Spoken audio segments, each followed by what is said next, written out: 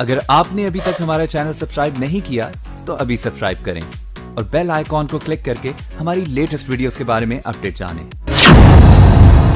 तो ऐसे विकास बना गैंगस्टर विकास दुबे। विकास दुबे से गैंगस्टर बनने तक की पूरी कहानी। एक छोटी सी घटना ने बिकरू के विकास को बना दिया अपराधी। क्या थी वो घटना जो साल 1994 में बिकरू गांव में हुई? आखिर ऐसा क्या हुआ कि विकास दुबे ने हथियार उठा लिए? 3 जुलाई की रात से लेकर अब तक विकास दुबे पुलिस की रडार पर है। विकास दुबे ने जो किया वो वाकई हर किसी को हैरान करने वाला है। विकास दुबे ने एक साथ न जाने कितने परिवारों को दुख पहुंचाया है। हर कोई जानता है कि 3 जुलाई को विकास दुबे ने बिकरू गांव में खून की होली खेली, लेकिन ये कोई नहीं जानता कि विकास दुबे ने जराइम की दुनिया में कदम आखिर कब रखा और कैसे रखा। आज हम आपको बताएंगे कि कौन सी वो घटना थी जिसकी वजह से बिकरू का विकास गैंगस्टर बन गया और गांव में सब उससे थर्राने लगे। वो साल था 1994 जब विकास दुबे ने पहली बार बंदूक को हाथ में लिया और उसके बाद गांव में हर कोई विकास से डरने लगा। विकास की मुंह बोली बहन ने बताया कि पिता के साथ बदसलूकी का बदला लेने के लिए विकास ने दोस्तों के साथ जब हथियार उठाए तो फिर कभी उनको छोड़ा नहीं। दरअसल साल 1994 में जब दलित समाज के कुछ लोगों ने विकास के पिता राजकुमार से बदसलूकी करने के साथ उनकी पिटाई कर दी तो विकास ने हथियार उठाए। ऐसा आरोप लगाया जाता है कि समाज के लोगों ने विकास के पिता को बुरी तरीके से मारा था। इस घटना की जानकारी मिलते ही विकास अपने पिता की बदसलूकी का बदला लेने के लिए घर में रखे असलहे को उठाकर दलित समाज के लोगों के पास पहुंच गया। इस विवाद के दौरान विकास के साथ उसके कई दोस्त भी मौजूद थे। यहीं से विकास की एंट्री अपराध की दुनिया में हो गई। मुंह बोली बहन ने बताया कि भैया ने जब बाबूजी को उस हाल में देखा तो वो खुद को रोक नहीं पाए। इसके बाद गाँव में लोग विकास दुबे से घबराने लगे और डरने लगे। जब विकास अपने साथियों के साथ पैदल निकलता था तब भी लोग या तो सिर झुकाए खड़े रहते थे या फिर उसके पैर छूने के लिए दौड़ पड़ते थे।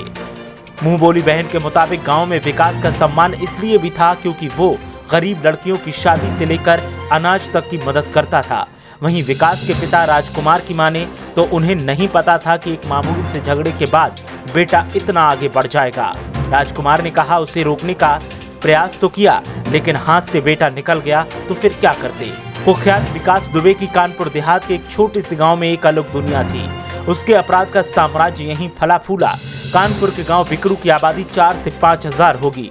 इस गांव में रहने वाली एक महिला ने बताया कि 1995 के बाद इस गांव में बने विकास दुबे के आलीशान घर के बाहर मैदान में एक अदालत लगती थी जिसमें जज कुख्यात अपराधी विकास दुबे बनता था। इस अदालत की सुनवाई 6 बजे शुरू होती थी, जहां एक कुर्सी पर विकास बैठता था। बगल में 2 बंदूकधारी और 2 लठ लेकर लोग खड़े होते थे। जो फैसला विकास सुनाता था वो सबको मानना पड़ता था। विकास दुबे लोगों की मदद तो करता था, लेकिन कई ऐसे आरोप भी हैं जहां विकास ने मदद के नाम पर लोगों की जमीनें हड़प ली। गांव में कुछ परिवार तो विकास का नाम सुनकर उसके पैरोकार बन रहे हैं, लेकिन ज्यादातर परिवारों में उसका खौफ देखने को मिला है। विकास की दबंगई का अंदाजा इसी बात से लगाया जा सकता है कि विकास की कार के सामने अगर कोई आ जाता था तो बिना ब्रेक लगाए उसे टक्कर मार दी जाती थी और डर की वजह से गांव का कोई आदमी उसका विरोध नहीं करता था। गांव वालों की माने तो विकास दुबे की गुंडई और दबंगई का अंदाजा सिर्फ इस बात से लग जाता है कि इस गांव से 18 परिवारों को मजबूरन पलायन करना पड़ा। विकास दुबे गरीबों की शादी में कुछ मदद करके उनके घरों पर कब्जा करना शुरू कर देता था। दबंगई और असलहे के दम पर वो लोगों की जमीन अपने नाम करा लेता था। विकास की दहशत इस कदर थी कि अगर कोई विकास को मौके पर पैसा नहीं देता तो वो अपने गुर्गों से लेकर पुलिस तक से उसका उत्पीड़न करवाता था। विकास के गांव में पहले इतनी हिम्मत किसी में नहीं थी कि कोई उसके खिलाफ बोल पाए, लेकिन अब लोग विकास दुबे के काले कारनामों की खुलकर चर्चा करते हैं और जिन लोगों को विकास दुबे ने परेशान किया वो अब सजा की मांग कर रहे हैं। ब्यूरो रिपोर्ट, मीडिया हलचल।